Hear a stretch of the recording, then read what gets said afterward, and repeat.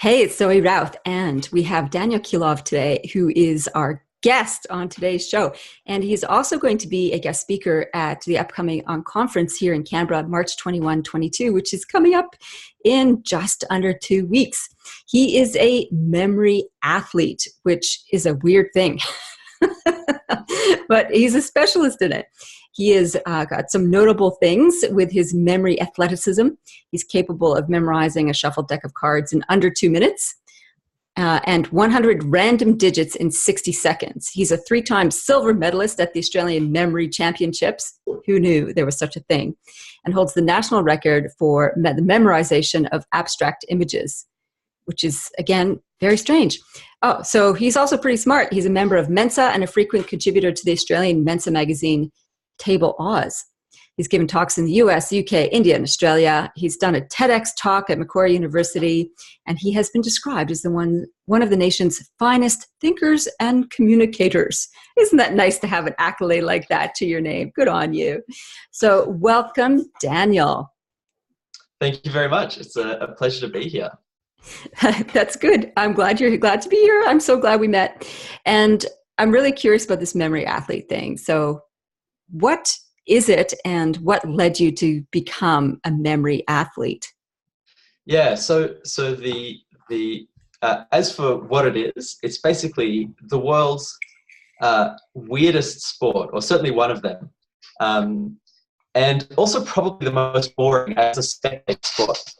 Because basically what we memory athletes do is we get together once a year for the Australian National Championships, and there are other associated competitions around the world. And then we kind of try and cram as much useless information into our heads as quickly as we possibly can. So we do things like memorize fictional names and faces, fictional historic dates, binary digits, random numbers, shuffle decks of cards, and so on. But the techniques that we use, so the memory competitions themselves are fairly young. They've just been around since the sort of early 1990s.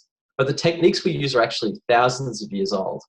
They originated in ancient Greece. And for most of human history, they've been used not just for kind of cool party tricks. Well, okay, maybe cool is stretching it a bit. But not just for party tricks, but really for kind of very serious learning and serious scholarly pursuits. And that's kind of how I developed an interest. I wasn't so much looking to break records and win competitions. What I was looking for was a kind of practical set of tools that could significantly improve my memory for practical purposes, mostly for study at university and so on. So you wanted to be able to recall and remember stuff better, and that sort of led you down to this funny world of memorizing random and fake facts as well. So do we really need to remember stuff that much? Because, given that we can Google anything, and I don't know what universities like these days, actually, if you have to just regurgitate facts and that sort of thing, is it really still an important skill to have? Yeah, so I think that's an excellent question. And I love this question because I think it goes right to the heart of how we think about memory and how we think about learning and the relationship between the two of these things. And I think that there are some things that we don't have to worry about remembering anymore. There are some things our phone remembers really, really well. My phone does a fantastic job of remembering phone numbers, and it does a fantastic job of remembering shopping lists and so on. But, think about any kind of higher order thinking. If you want to say, be able to think creatively and critically about a particular piece of literature, or if you want to be able to spot subtle changes in, the blooming patterns of a particular plant. For this, you really have to have knowledge, and you can't know things that you don't remember. To give another kind of example, suppose you were having a heart surgery. You really wouldn't want your heart surgeon to be looking up on a YouTube tutorial on his phone with one hand and, the scalpel in the other. We tend to think of memory as like files on a computer that we just pull up when we need them. But this is the wrong metaphor. The things that we know, the things that are stored in our memories constantly enliven and shape the way that we view the world. So a better metaphor for memory is to think of it as the laboratory where the alchemy of human creativity takes place. Our Oh, ability can we to, just pause on that for a second? That was such a beautiful metaphor. Laboratory of human alchemy of yeah, creativity. Love it. Okay, thank you. That was just wonderful. yeah, no worries. And the thing is, like any laboratory, the more stocked it is with resources, the more experiments and interesting results it can produce. And this is how, how our memories work. They aren't so much, things that we sort of pull up just at a particular point in time, but the whole kind of tapestry of our experience is informed by what we know, by, what we have in memory. And so our skills, our ability to skillfully interact with the world, crucially also depends on having deep wells of knowledge from which to draw. Yeah. I love that. So I think that's why, I mean, look, again, so I have lots of books, on my shelves on various topics, but they're really only useful to me once I've read them, once I've kind of internalized that knowledge. That's when it becomes something, that I can kind of use to, be creative with, to think laterally, to generate new ideas and so on.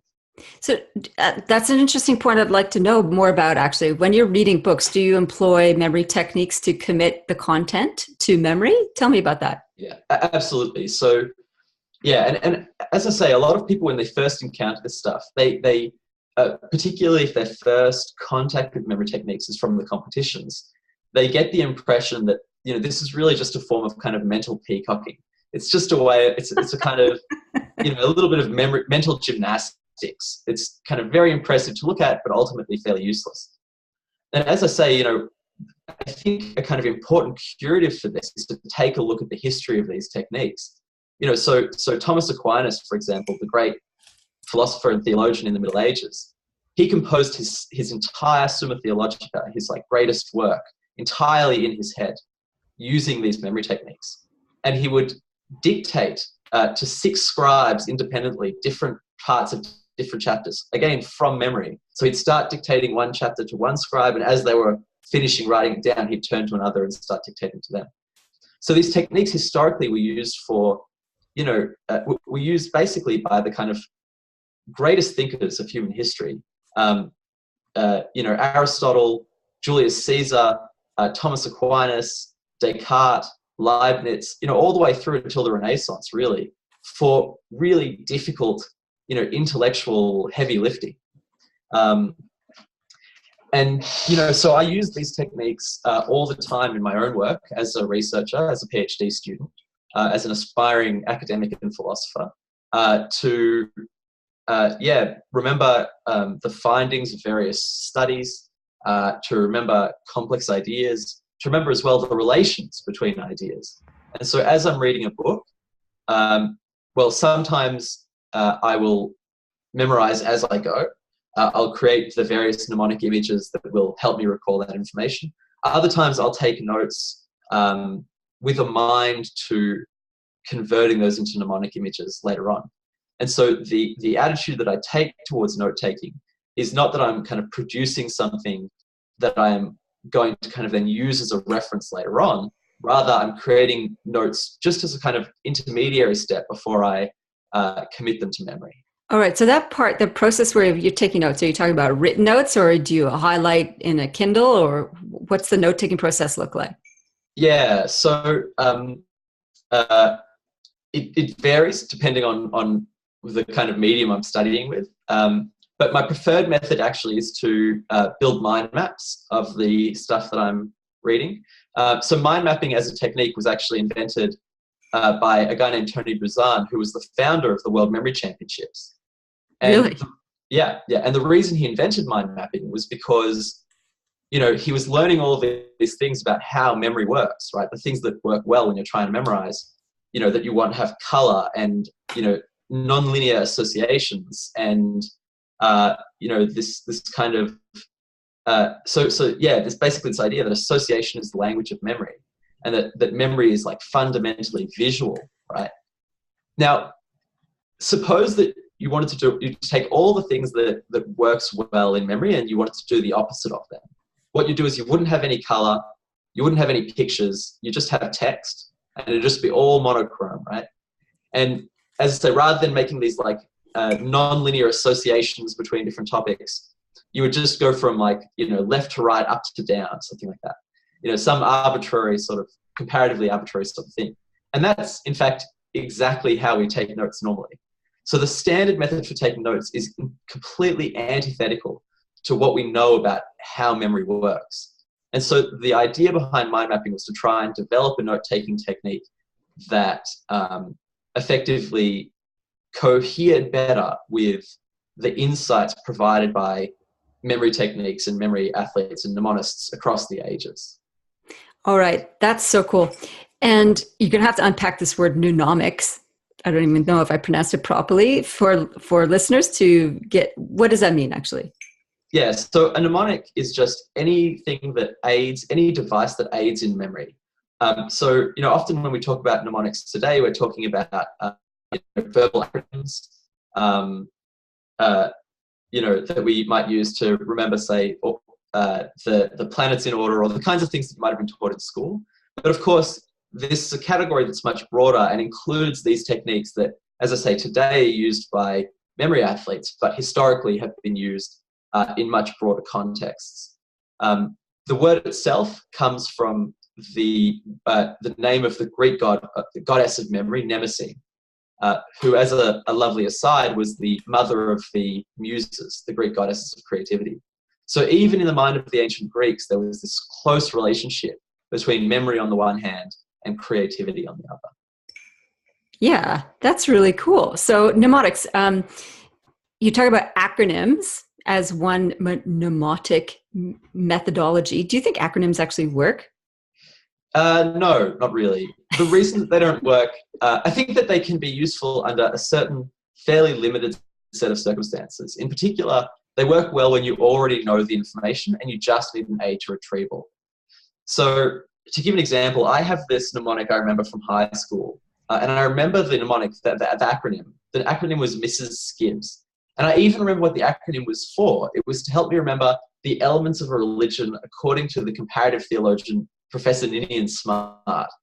So I remember the acronym. Are you serious? I remember what the acronym was supposed to help me remember, but I can't actually remember any of the elements that the acronym is supposed to help me recall. Yeah, okay. And so the problem is it's only useful if you really already have that stuff nailed. By contrast, the techniques that memory athletes use are nothing like that. The techniques we use are all kind of much more elaborate, much more visual, and I can talk about those in a moment. But mnemonics can be useful. These kind of acronyms can be useful, but they really don't exhaust the resources available to us if we really want to charge our memories. Okay, so let's get into the good stuff then. Like you said that a lot of memory athletes use visual techniques, and you were starting to allude to that when you're taking notes for books and you're mind mapping as a placekeeper for then developing the visual mnemonics. Mnemonics, yeah. Mnemonics. God, I can't get to spell it out. Tell me about that. So, because the visual thing, like I have clients who say that they don't have really great imaginations. They have a hard time picturing things. Can you talk us through this particular visual technique? Yeah, so every memory athlete in every event, in every memory competition is going to be using these kind of visualization techniques. That is to say that the techniques vary across different dimensions and can vary in quite significant ways, but there are certain things that they all have in common. So one of them is that they, as I said, they all involve visualizations. Now, probably the most famous and in some respects the most powerful memory technique is what's known as the method of loci, or sometimes also called the memory palace. Anyone who's watching or listening who's a fan of the BBC Sherlock Holmes series might recognize this. Sherlock employs the memory palace technique in one of the episodes. And basically, this technique involves traveling through a mental landscape you know well. So it could be your own home, a workplace, the route around the block, maybe around your house. It doesn't really matter. Any location you know relatively well. And then at certain key points along that journey, placing down visual images that represent whatever it is that you're trying to remember. And then recalling that information is as simple as just traveling back across that path and seeing what images you write down. So if you use your house, for example, and you want to tag something for the front door and something for the second bedroom and something for the bathroom, and you use your house in another context, do you get your mnemonics screwed up? Like your mnemonic story gets all messed up?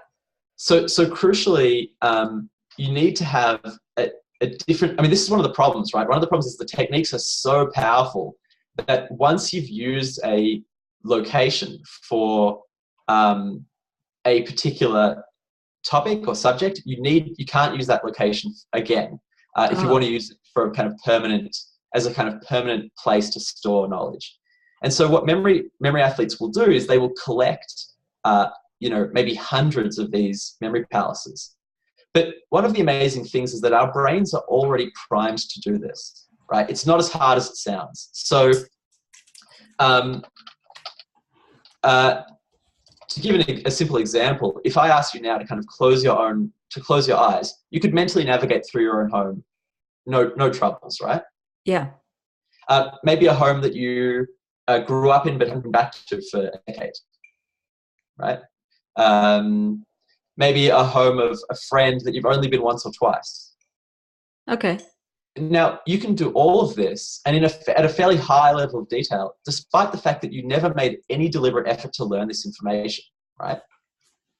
And so our brains are primed for this kind of spatial learning. They really evolved specifically for this sort of task.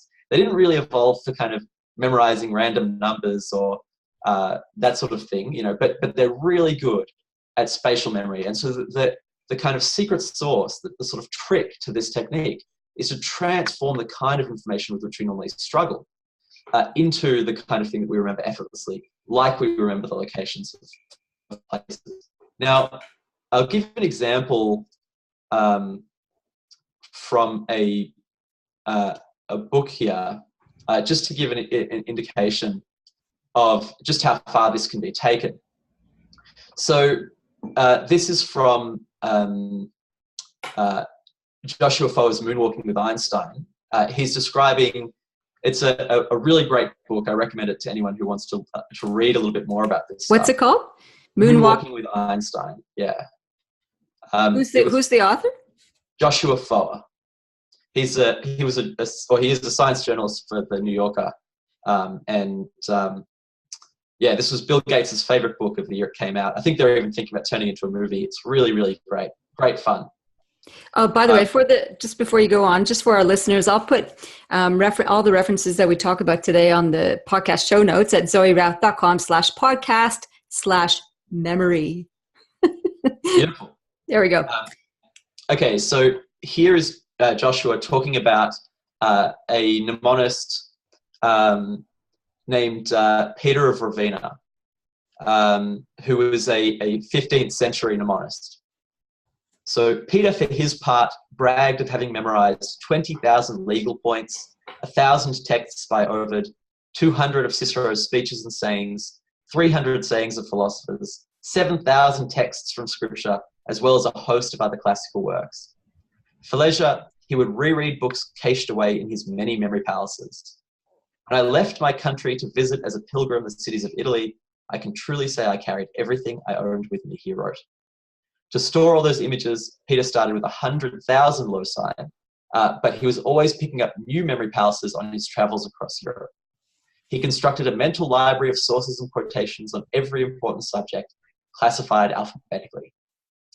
So you can see that basically, historically... That's amazing. Yeah, memory athletes would have taken this, or mnemonists rather, would have taken this to some pretty incredible places. There are certain senses in which contemporary mnemonists have eclipsed, even these accomplishments. Particularly the memory athletes can do amazing things. So the world record for memorizing a shuffle deck of cards is, I think less than 13 seconds. There's another memory athlete, a guy named Lance, who can memorize 600 digits, spoken numbers, spoken at a rate of 1 digit per second. No mistakes at all. So, basically for 10 minutes, he has completely unbroken focus, such that not only is he able to hear and register and pay attention to all of these numbers, but that he's able to actually recall them afterwards. I mean, this is like meditation on steroids, right? Most people can't even follow their breath for 60 seconds. This guy, for 600 seconds, can memorize, completely random numbers. These are some potent, powerful techniques that really can produce some seemingly superhuman feats. But of course, crucially, there's nothing special about any of us memory athletes. We just know some tricks that other people don't. All right, so let's do a little example. So, for example, I'm reading also a book about Einstein. It's called How to Think Like Einstein. No, cool. Sorry, not Einstein. It's How to Think Like Leonardo da Vinci. I've kind of put Da Vinci and Einstein in the same category. So it's about Leonardo da Vinci. So if I'm going to commit this material concepts to memory, I might mind map it all out as a precursor to then putting it into a memory palace. And so I'm curious about that, right? So one of the first concept is cultivate curiosity. So let's say I want to anchor, I've chosen my home as the memory palace, and the first concept is cultivate curiosity. How do you then go, right, how am I going to hang curiosity in my house? Like, how does that work? Yeah. Okay. So basically what you have to do is, and again, it's about making things visual. And so the ancient Greeks distinguished between sort of two methods for doing this. Well, actually, I should say that the earliest textual record we have of these techniques comes from the Rhetorica ad Herennium, which is a Roman text. But we can assume that the Greeks knew about this stuff as well. Okay, so the ancient Romans proposed two ways of doing this. One they called memory for words, and one they called memory for things. And basically, memory for words involves thinking up images that capture the sound of the words you want to remember.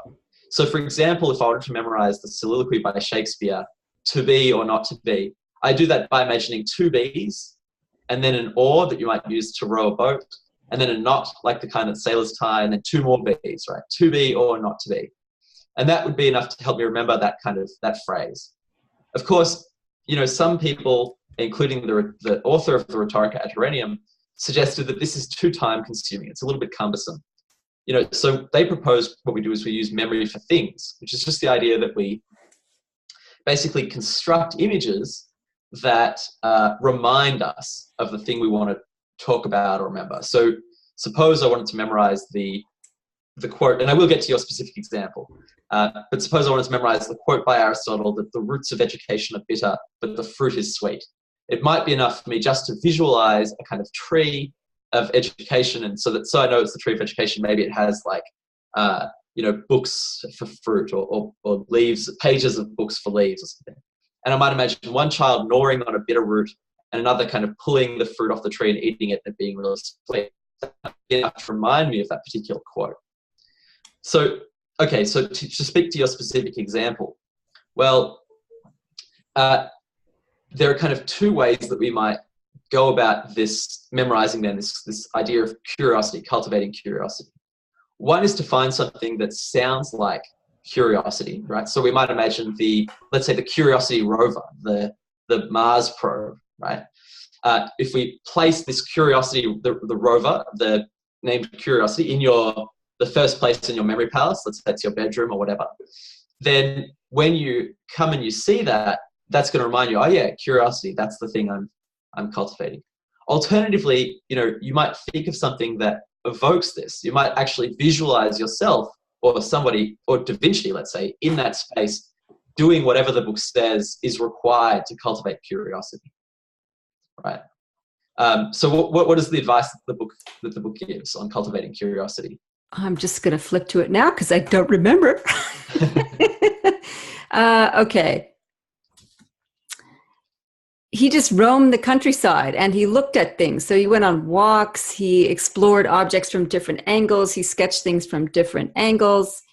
So you might imagine Da Vinci walking around your room, picking something up, looking at it at different angles, setting it down, with this kind of look of sort of enraptured fascination and curiosity on his face.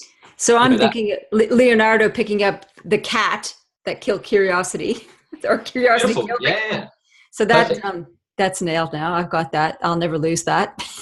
Yeah. And I mean, if you want to make it particularly memorable, right, you might even imagine Da Vinci kind of, you know, because he did a lot of these amazing anatomical drawings, you might even imagine him dissecting the cat, right? Because that's kind of nasty. Yeah, but memorable, right? So things that are kind of a little bit shocking or a bit, macabre, or alternatively things that are sort of funny, surprising, or even things that are kind of sexy or really attractive to us. These are the things that we're most likely to remember. And so when we're building our mnemonic images, we want them to be as kind of affective as possible.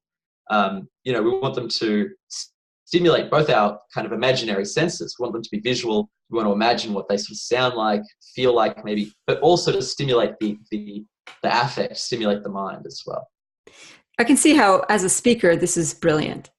You know, I'd never have to rely on notes again. It'd have the whole story laid out. Absolutely. And look, you know, the ancient Greeks, this was one of the main uses that these techniques were put to in that period, was to be used by poets to memorize compositions for performance, and also by orators and people and politicians who wanted to give speeches. So particularly in the early days of the history of the art of memory, that was its primary purpose. Yeah. Fantastic. So memory has turned up in your PhD studies. Like, I know when you set out to do your PhD, you didn't think it was going to be about memory, even though you'd been doing this memory athletics. Tell us about your PhD and what you've discovered so far. Yeah, look, that's exactly right. So my PhD is, as I said, in philosophy, and basically started out to be, when I started out, I was interested in something that was completely orthogonal to the memory stuff. Well, at least I thought so. So what I was really interested in was expertise, the cultivation of expertise. And in particular, you know, I was looking at philosophical expertise. So in the last few years, you know, psychologists have discovered some surprising examples of putative experts who turned out not to be experts in the way that we thought. So for example, there's some really amazing research by a psychologist named Philip Tetlock, who had basically so-called political experts make very political predictions. So this included, you know, Ivy League professors of political science, professional politicians working in the White House, political journalists and political pundits, and he had them make thousands of predictions over however many years. And by the end found that they were actually no more accurate, with all of their, you know, sophisticated theories and fancy mathematical models, were no more accurate at making predictions than the average reader of the New York Times, and basically barely better than a chimpanzee throwing darts. So, you know, at least in this respect, at least in terms of like telling us what's going to happen, making predictions, political predictions about the future, you know, the so-called experts are, you know, not really experts at all. And there are a few different examples like this, where supposed putative experts have turned out not to be able to do some of the things that we might have originally expected they were able to do. And so one of the things that I was interested in one of the things that my PhD concerns is whether or not philosophers are like this. So there are genuine experts, of course, right? So if you want to get, as I said before, you know, if you want to get heart surgery, you know, make sure you find a good surgeon. Don't just go to some random person on the street, right? And so I had this question: are philosophers real experts, like medical professionals, like surgeons, or are they fake experts, like political scientists? And so this was my sort of starting point, and really what this kind of led me to was to dive fairly deeply into some of the cognitive science of expertise. And what I discovered and what kind of brought together in a kind of fairly dramatic way these sort of two parts, that fairly distinct parts of my life, my intellectual life, was the discovery of the significance of memory, basically, to world-class performance, to really kind of most profound expressions of human genius. So what mediates expert performance, it turns out, in just about every field where this kind of expertise is kind of replicable, so if you talk, it doesn't matter if you're talking about chess, music, science, mathematics, tennis even, is basically, so I'm sure you've heard of the 10,000 hour rule, right? This idea that it takes 10,000 hours of deliberate practice. So this is based on the work of Anders Ericsson, who's kind of the world's foremost expert on expertise. And basically what mediates the performance of these experts, what the 10,000 hours are 10,000 hours spent building, are basically these mental representational structures, these kind of new cognitive capacities that experts develop in virtue of the things that they learn. And what's really fascinating is that when you go and you look at the kind of key case studies that Anders Ericsson looks at, he actually spends quite a little bit of time looking at mnemonists, or people that are basically building these mnemonic structures. And so what mediates a lot of the performance of these experts is the fact that they have these very sophisticated, he calls them retrieval structures, these very sophisticated retrieval and encoding structures that basically allow for the kind of rapid encoding and retrieval of memory that allow us to kind of bypass some of the normal cognitive limitations imposed by short-term working memory and so on. He actually refers to this capacity as long-term working memory. So any of the interested listeners or viewers can, if they really want to geek out, can go look up long-term working memory theory.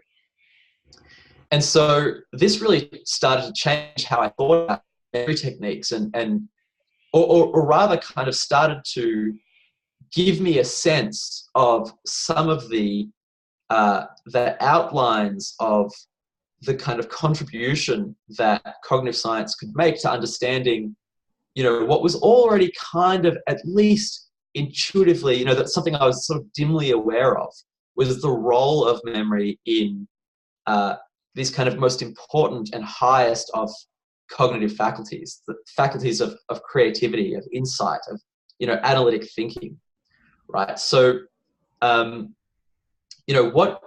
what this kind of gave me was a way of starting to see how memory basically contributed to genius. And the view that I've sort of come to now is basically that when what you're talking about are the highest human performers at the highest levels, the thing that matters most is what those people know. So, so I'm, as you mentioned, I'm a member of Mensa, and so I'm very interested in IQ as well. And IQ is often pointed out as like the best, so the single best predictor of lifetime success. If you had to get one number to use to predict someone's lifetime success, after the socioeconomic status of the parents and level of educational achievement of the parents, the single best predictor of lifetime success is IQ. Still, that's still true. Yeah, absolutely. Yeah, very robustly as well. I know it's not a popular idea. People like to talk about perseverance, like the grit or conscientiousness, those sorts of things. But the reality is, the single best predictor is still really IQ. So people that are very interested in debates on talent and debates on genius will still often point to IQ. They'll say, look, a high IQ is a necessary condition for world-class performance, right? And the reason they have this idea is because if you were to go to, let's say, a national level chess championship, and you were to look at a bunch of young sort of high school chess players, the ones who are doing the best, Is that your ringtone? It is my ringtone.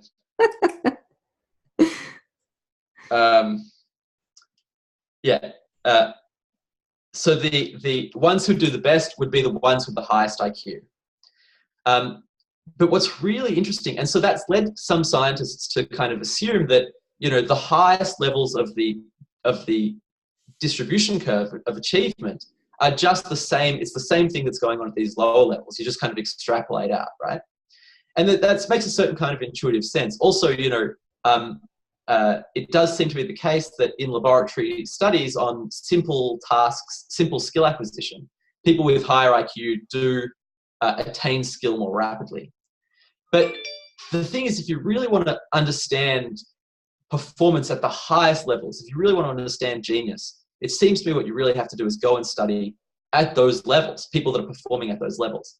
And when you do that, something really interesting happens. IQ drops out of the picture completely. So at the very, very highest levels of attainment in chess, IQ has no predictive power at all. Right? Wow. And the average IQ of a Nobel Prize winner is only 130. Now, that's significantly above average. Average IQ is 100, so 130 is something like the top 2% of the population. But still, think about it. 130 is the average IQ of the average graduate student at a university. There are a hell of a lot more graduate students at universities than there are Nobel Prize winners, right? Yeah. And so really, I think we can kind of explain even this sort of above average IQ in terms of various selection effects. And you can, if you were to sort of account for that, it might not even be the case that you need an IQ of 130 to be a Nobel Prize winner. So basically, what's happening is that once you reach a certain level of skill, once the kind of representational structures that you're building through deliberate practice kind of come online, once they reach a certain level of sophistication, then what it looks like is that these kind of natural abilities, like talent, right, drops out of the picture. It stops being useful. And so, what that means is that really given the appropriate opportunities and the appropriate training and again, the appropriate educational techniques, and we don't always know what those are, right? So the nice thing about chess and music and a lot of the other examples are studied is that we know how to produce elite performers reliably in these because we've been doing it for a really, really long time. It's much less clear how we do that in some other fields, like say, let's say business, for example. We don't have the same kind of really structured curricula and drills and exercises and so on. That we do for some of the other things. So, but,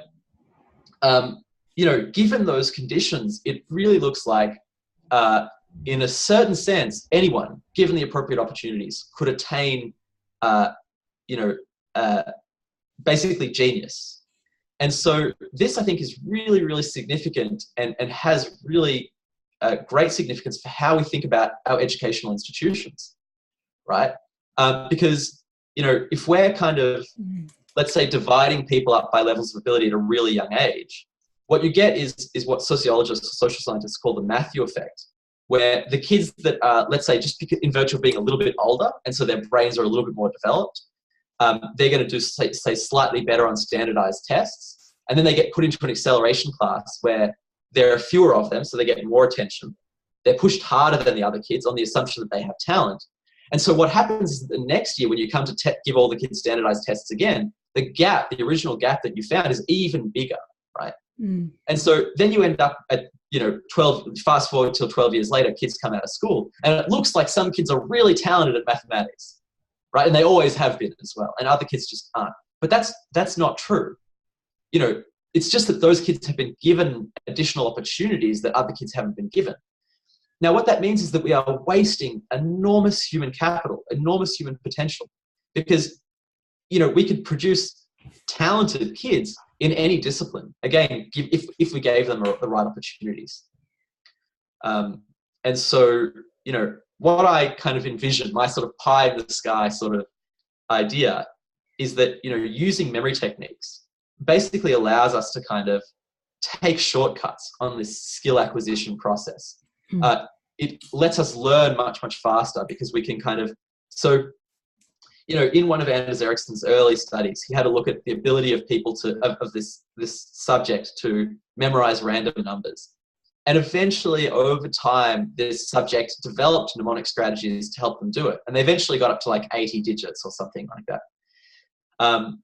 But of course, if you'd given me 2 hours with that guy, I could have helped him do that in a couple of weeks rather than months, right? Because I already have the appropriate mnemonic structures for that. And so given the appropriate mnemonic structures, you can, as I say, kind of basically take shortcuts on this. You can significantly cut down on the rate at which skills required.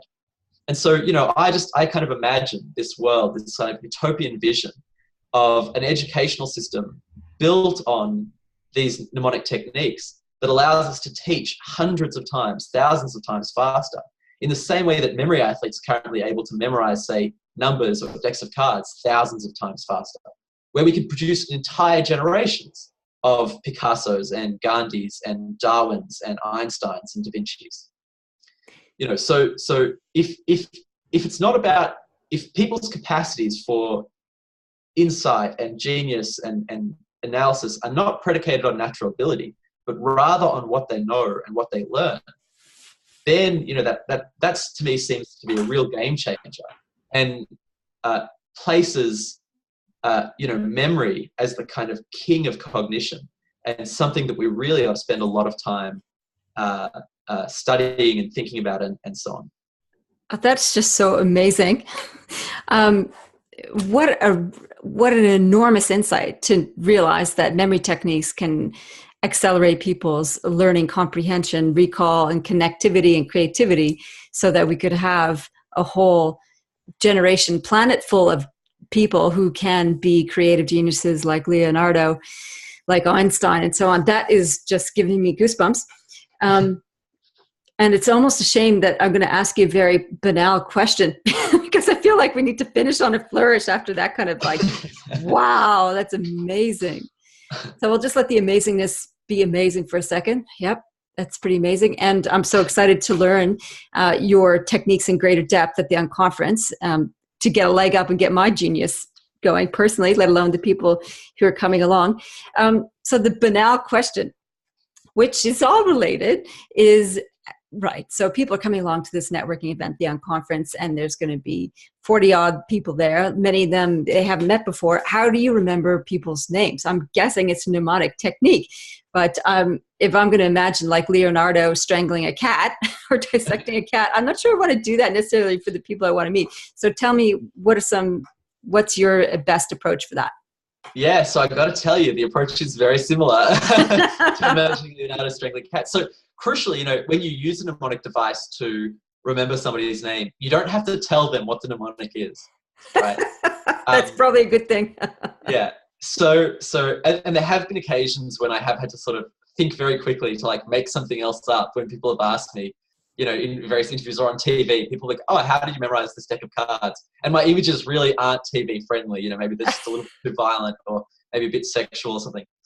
So I will say this. So even Thomas Aquinas, the greatest of Catholic thinkers, said that it was okay to use, beautiful naked women in your memory images. Though in his theory, only if it's in the service of memorizing things from the Catholic faith. But this is how central this idea is to the memory tradition. So basically what I would do is I would think of something that sounds like the person's name, and then I would create an association between that and the person's face, right? So for example, if I met someone named James, I would imagine wrapping chains around their head. Chains rhymes with James, and so this is my mnemonic. Or if I met someone named Robin, I might imagine a robin, the bird, sort of landing, and sitting on their head. Or if I met someone named Leon, I might imagine them, say, putting their head in the mouth of a lion. Lion and Leon. And so this is basically how we do it. This is again what we were talking about before when we were talking about memory for words. We think of something that captures the sound of the name, and then we associate it with something something about that person. So normally we'll pick out a feature that sort of really stands out. And again, we don't have to worry about telling them. So if let's say they've got really big ears or something, and we might imagine a lion kind of nibbling on one of their ears or something. But this is effectively how we do it. So it's a lot of fun.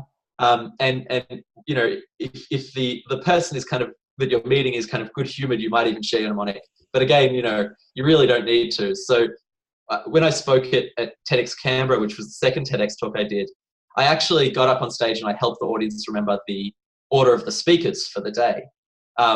Not realizing, of course, that I'd be spending a lot of time with these speakers and would have just gotten up and told, over 1,000 people or whatever it was, these ridiculous stories to help remember their names fortunately, you know, almost all of them thought that they were very funny. So almost all, not all. Oh, so in this particular technique, you're not using a memory palace, you're just using word association. Yeah, that's right. But crucially, still visual, right? We're still creating these visual mental images. So the visualization is the same, and still this idea of creating associations is the same. So before we were kind of anchoring the images to your memory palace, to various locations around the memory palace. Yeah. Here we're doing the same thing, but the anchor point is the person's face. Okay.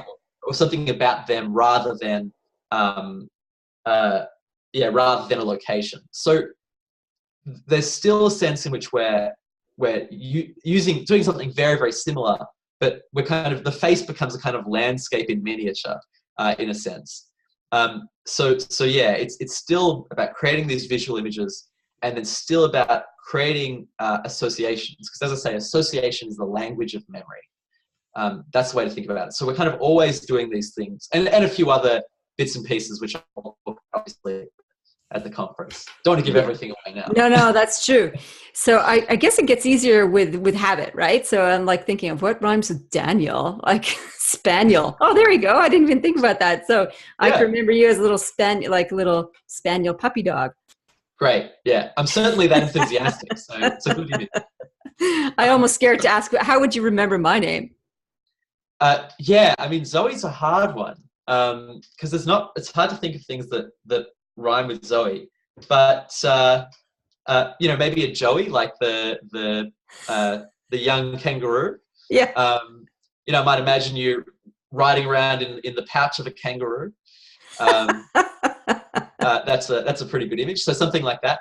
Now the thing is, what happens is once you get a good image for a name, you can always use that image again and again. So whilst coming up with them on the spot can feel a little bit slow or a little bit cumbersome, it is something that you get better with practice. Yeah. But also you start to build a kind of internal mnemonic library of images for names.